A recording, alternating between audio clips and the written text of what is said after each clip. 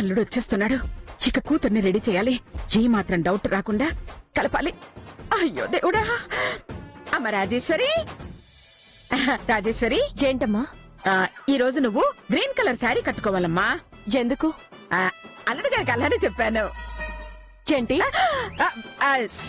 జ్యోతిష్కుడు చెప్పాడు. జ్యోతిష్యులు జీవితం గురించి చెప్తారు, చీరల గురించి కూడా చెప్తారా? అడిగితే మన ఇంటి డోర్లు, బయటున్న కార్లు, దానికున్న గేర్ల గురించి కూడా చెప్తారు. ఏమో, నాకైతే నమ్మకం లేదు. అందుకే మీ ఆయన పక్కన లేడు. అమ్మా,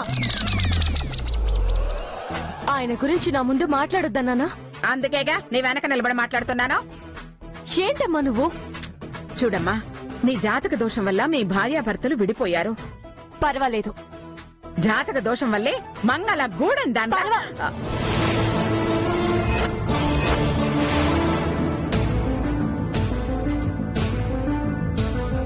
ఆగిపోయావే. పర్వాలేదాను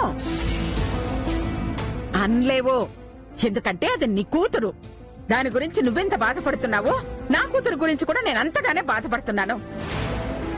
నీకోసం కాకపోయినా నా కోసమైనా జ్యోతిష్యుడు చెప్పినట్టు చేయటానికి ఒప్పుకోమ్మా,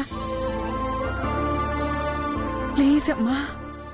సరేమ్మా, నా కోసం ఎంతో చేసే మా అమ్మ కోసం ఈ చిన్న పని చేయలేనా? అలాగే కట్టుకుంటాను. నా బంగారు తల్లి, ఎప్పుడో చిన్నప్పుడు పెట్టాను ముద్దు, మళ్ళీ ఇన్నాళ్లకు పెట్టాను. 10 ఏళ్లప్పుడు పెట్టుకోగల ముద్దు 25 వచ్చాక పెట్టుకోలేం. ఇదేం కర్మో.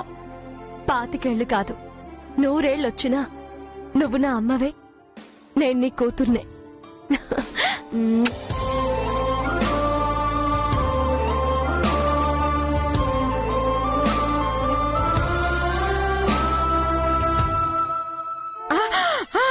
అన్నట్టు చెప్పడం మర్చిపోయాను. ఈ రోజంతా నువ్వు నీ చేతులతో తినకూడదు. మరి దేంతో తినాలి? కాళ్ళతోనా?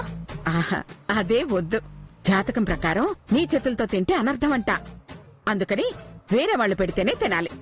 నువ్వున్నావుగా, తినిపిద్దుగాలే.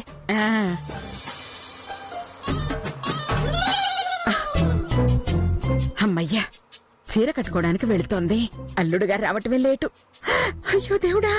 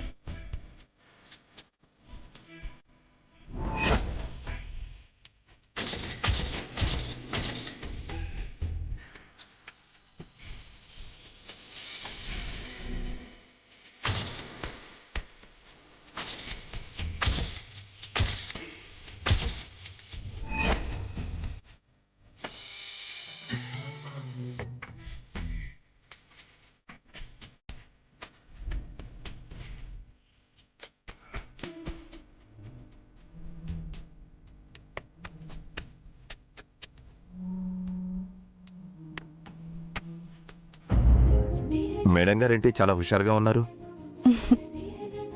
సార్ కూడా చాలా హుషారుగా ఉన్నారు. ఏంటి సంగతి? మా ఆవిడ మీద మనసు లాగేసింది. ఎప్పుడు చూస్తానా అని, ఎప్పుడు కౌగిలించుకుంటానా అని. అబ్బా, సార్కి చాలా ఆశలున్నాయి, కానీ ఇంట్లో అమ్ముంది. హా, అమ్మకు తెలుసు అల్లుడొస్తే అమ్మాయి చాలా బిజీ అని. పెళ్ళైన కొత్తలో అల్లుడు వదిలిపెట్టడు అని. సిగ్గు లేకపోతే సరే. పెళ్ళాం దగ్గర మొగుడు సిగ్గుపడితే నువ్వు నేను పుట్టుండేవాళ్ళమే కాదు. చాలు, ఎవరైనా వింటే చెవులు మూసుకుని పారిపోతారు. అందుకేగా ఎవరూ వినకుండా చెవిలో చెప్పాను. అబ్బచ్చా, అయితే నేను కూడా చెవిలో ఒక విషయం చెప్పాలి. ఓకే, చెప్పు. నిన్ను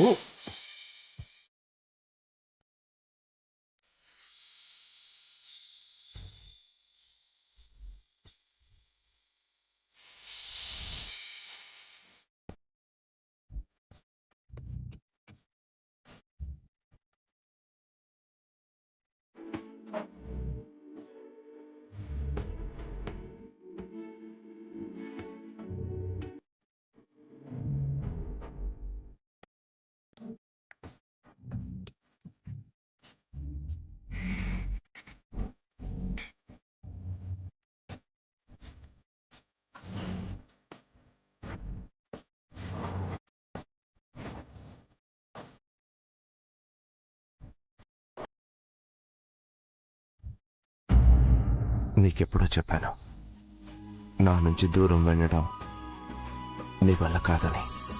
మ్మ్హ్మ్. ఒకవేళ నేను దొరక్కపోతే చచ్చిపోతాను.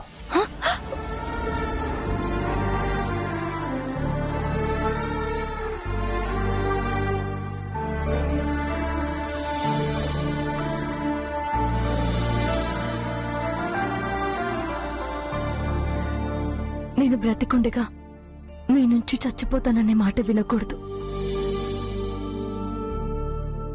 అయితే నేను బ్రతుకుండగా నాకు దూరం అవుతానన్నమాట నేను కూడా వినకూడదు. నేను దూరం అయ్యాను అంటే ప్రాణం పోయాకే. నేను చచ్చిపోయాను అంటే నువ్వు లేనప్పుడే. I love you. Love you two.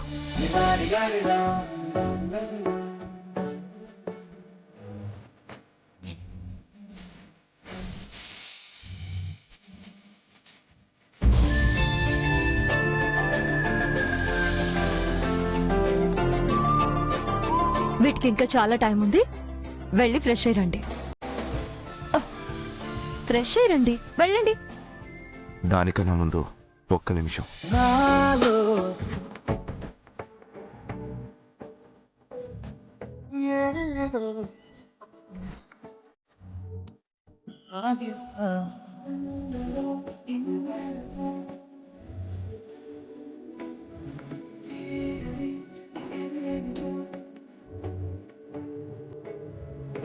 This is for you.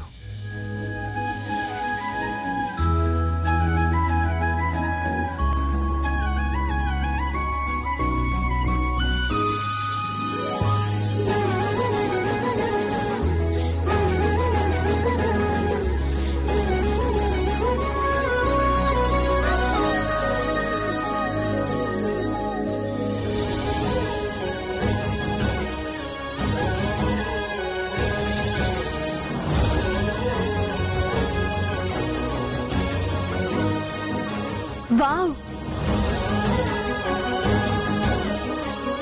Sari చాలా బాగుంది. అవును, ఈ కలర్ నాకు ఇష్టమని ఎవరు చెప్పారు?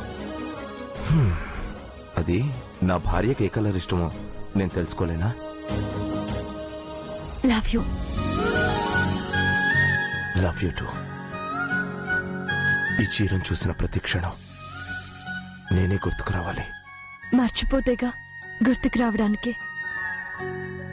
ఎన్ని చీరలు కొన్నా ఈ చీరని నేను మర్చిపోను. దీన్ని మర్చిపోతే మిమ్మల్ని మర్చిపోయినట్టే.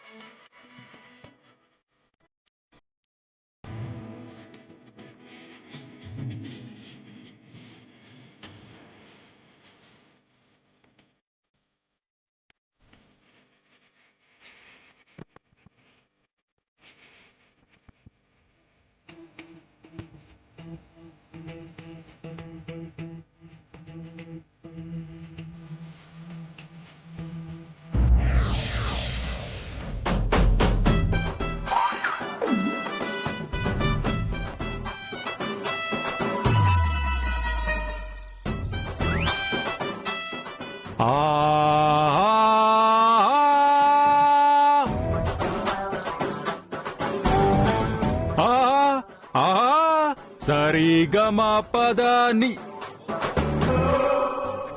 సా రీ గా ఆ ఆ. హే పుల్రాజు, అరుపులు ఆపుతావా? నా ఇల్లు నా ఇట్టం, నేను ఇట్టానే పడతా. ఇంటే ఇను, లేదంటే సేవలు మూసుకో. ఆ ఆ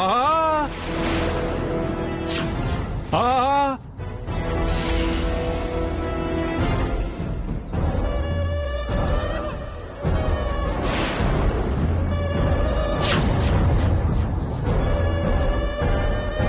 అట్లా ఇసిరేసేవింది?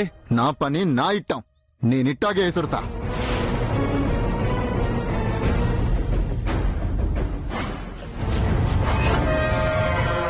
చాలా ఆశ్చర్యంగా ఉండదు.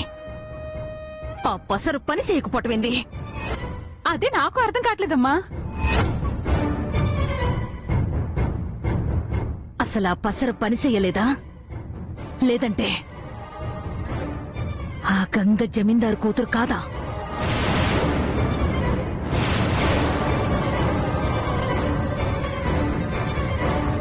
అంటే నేను చెప్పింది అబద్ధం అనుకుంటున్నావా? ఏమో, ఎవరిని నమ్మాలనో ఎవరిని అనుమానించాలనో అస్సలు అర్థం కావట్లేదు. గంగ మీ అన్న కూతురు కాదని నిరూపించటానికి ప్రయత్నించి 2 సార్లు ఓడిపోయినాం. ఈసారి కూడా ఓడిపోతే మీ అన్న మనిద్దరిని కొట్టి కొట్టి చంపుతాడు. అవునమ్మా, పసరుతో నిజం తెలిసిపోతుందని ఉన్నాను కాని ఆశ నిరాశ అయిపోనది. ఏదేవైనా అది మా అన్నకి పొట్లేదని నిరూపించాలి. దానికి ఒక్కటే ఒక్క మార్గం ఉండాది. ఏటమాది? మన నోటితో మనం చెప్పంగాని సాంబడికి నిజం తెలుస్తాది. ఏటమాది?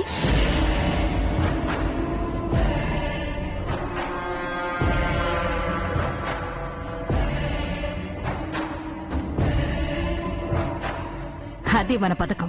ఎట్టా ఉన్నది? భైరమ్మా,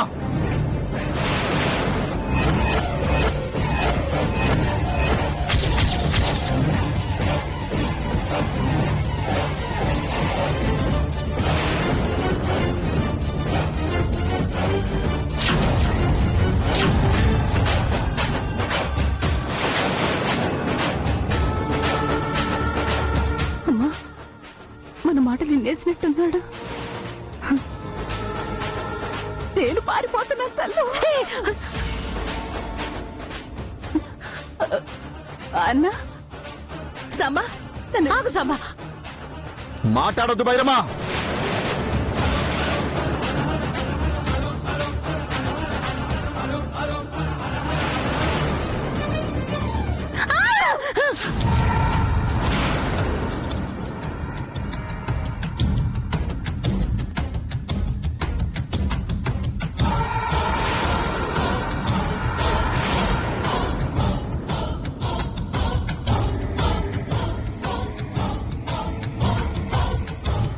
ఏమైనా సాంబా? పాము వచ్చినది భైరమ్మా. ఎటో వెళ్ళిపోయినాది. అంటే మన మాటలేం ఏం లేదా? వీనుంటే అక్కడతో మనల్ని కొట్టేవాడు కదా. బయటికెళ్ళి చూడు సాంబా. ఏంటే? అదే బయటికెళ్ళి చూడు.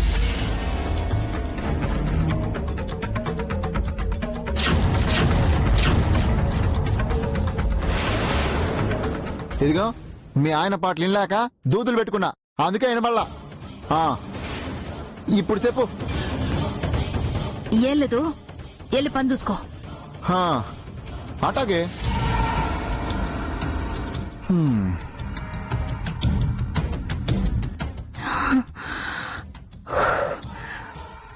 అమ్మయ్యా, ఏం లేదు కాబట్టి బతికిపోయినాం. ఈనుంటే సచ్చేటోళం. గౌరమ్మ, గౌరమ్మ, ఓ గౌరమ్మ! ఏంది శెట్టి గారు ఇంత పొద్దుగాలనే వచ్చినారు? ఒకసారి ఇల్లు చూసుకుందామని. ఇల్లు చూసుకోవడం ఎందుకు? కొనాలంటే చూడాలి కదత్తమ్మా. అంటే గుడిసి అమ్మేస్తున్నావా? అవును. నీకేమైనా పిచ్చి పట్టినదా? ఏమే పిచ్చి పట్టినది నాకు కాదు, ఆ బైరమ్మకి.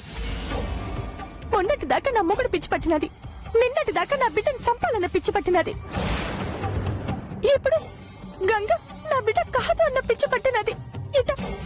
ఇట రోజుకో సహారు వచ్చి రోజుకో పరీక్ష పెట్టి ఇది నీ బిడ్డ అని గుచ్చి గుచ్చి అడుగుతుంటే గుండెల్లో గుణపాలు దిగినంత బాధగా అనిపిస్తా ఉండది. అందుకే ఈ మనుషులకి గూడానికి దూరంగా పోదామనుకున్నాను. అందుకే ఈ గుడిసె అమ్మేద్దాం అనుకుంటున్నాను. యాడికి పోతావే? పట్టానికి. ఆ? పట్నానికా? వామ్మో, ఆడికి గంగ జమీందారు బిడ్డని జమీందారికి తెలిసిపోతది. గంగ గౌరికి పూర్తిగా దూరం అయిపోద్ది. ఏదేమైనా దాన్ని పట్నం పోనీకూడదు. పట్నం వద్దే గౌరీ. ఏ పట్నం పోతే ఏమవుతుంది? పోతే ఆ జమీందారులు ఆ జమీందారులు చెప్పత్తమ్మా.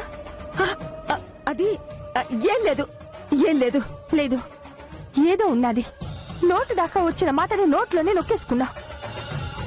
అదెందుకు చెప్పత్తమ్మా? పట్టం పోతే జమీందారులు ఏం చేస్తారు? అంటే మన గంగ దొంగతనం చేసిందని అనుమానిస్తున్నారు కదా. అర్థమైనది. గంగ కనపడిన ప్రతిసారి దొంగల సూత్తారనా? అవునవును. నా భయం నీకెట్టా చెప్పాలో అర్థం కావట్లేదు. నువ్వేం భయపడి మాకత్తమ్మా. వాళ్ళకి కూడా మనం దూరంగా ఉందాం, సరేనా? పట్నం పోవడం నాకు ఇష్టం లేదమ్మా. తప్పమ్మా, అట్ట అనకూడదు. నాకు పోవడం ఇట్టం లేదు, కానీ పోక తప్పదు కదా. అయినా అవమానాలు పడుతూ ఇక్కడే ఉండడం కంటే పోవడమే మంచిది. నువ్వింత పిరికిదాల్లా ఆలోచిస్తావు అనుకోలేదే. ఆ బైరం అన్నంత మాత్రాన గంగ నీ బిడ్డ కాకుండా పోతుందా? నువ్వు తల్లివి కాకుండా పోతావా? పైగా ఊరొదిలిపోతే భయపడి పారిపోయిందనుకుంటారు. బైరమ్మ అనుమానమే నిజం అనుకుంటారు. అవును తల్లి, బామ్మ చెప్పింది నిజం. శెట్టి గారు, మా గంగ కంటే బామని, చివరికి నీకు కూడా బామనేనా? ఏటో నీ మట్టి బుర్ర నువ్వును. మాటల్లో నోరు జారింది దేవమ్మా. ఎవరు ఏమైనా అనుకోని నేను మాత్రం ఈ ఊళ్ళో ఉండను. శెట్టి గారు, మీరు పోయి ఇల్లు చూసుకోండి.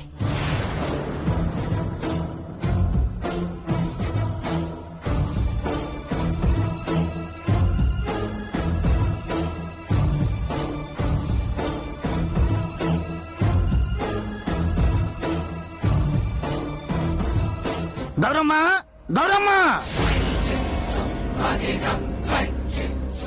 ఈ ఇల్లు బాగా నచ్చింది. నువ్వెప్పుడు కబురు పెడితే అప్పుడు వచ్చి డబ్బులు ఇస్తాను. వస్తాను దేవమ్మ. ఏడు శెట్టి గారు ఎలాగొచ్చినారు? ఈ ఇల్లు కొందామని. అవునా? ఏటి అలా నిలబడ్డారు? బైరం రమ్మంటుంది, వెళ్దా పదండి. బైరమ్మ మమ్మల్ని ఎందుకు పిలుస్తాది? చిన్న పంచాయతీ జరుగుతున్నది వదినా. బైరమ్మ పంచాయతీ పెడితే గూడెం మొత్తం కదిలి రావాలని తెలుసు కదా. పంచాయతీ దేనికంట? ఏమో నాకేడు తెలుసు, వస్తే మీకే తెలుస్తుంది కదా. మేము గూడెం వదిలి వెళ్లిపోదాం అనుకున్నాను. ఇక ఆ బైరమ్మ పంచాయతీకి మేమెందుకు వస్తాం? రాకుంటే బైరమ్మకి కోపం వస్తుంది. ఆ తర్వాత శెట్టిని ఈ గుడిసి కొనద్దు అని చెప్తుంది. అప్పుడు నీకే నట్టం, ఆలోచించుకో. సర్లే, పోదాం పదండి. మరి పదండి పదండి.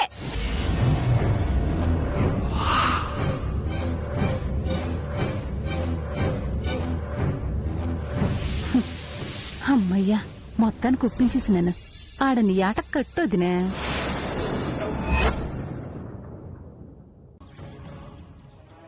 ఏంటి తెలిసి ఇక్కడికి రమ్మన్నావు? చెప్తాను కానీ నువ్వు వెళ్ళిన పని ఏమైందిరా? ఆ లాయర్ బెయిల్ రావడం కష్టం అంటున్నాడు. నాన్న చెప్పిన ఆయన్ని కాక మా ఫ్రెండ్ వాళ్ళ డాడీని మరొకరిని కూడా కలిసా. వాళ్ళు కూడా అదే అన్నారు. రక్త సంబంధం సీరియల్లో హీరోయిన్ ఎంత బాగుంది. హీరోయిన్ కన్నా హీరోనే బాగుంటాడు. అంత లేదు, ఆ హీరో బదులు నన్ను పెట్టాల్సింది. ఎందుకురా? జనాలు ఆత్మహత్య చేసుకుని చావడానికా? లైవ్ లో చూసి మీరే చావలేదు, హా? ఇక టీవీలో చూసి జనాలు ఏం చేస్తారక్క? ఆ?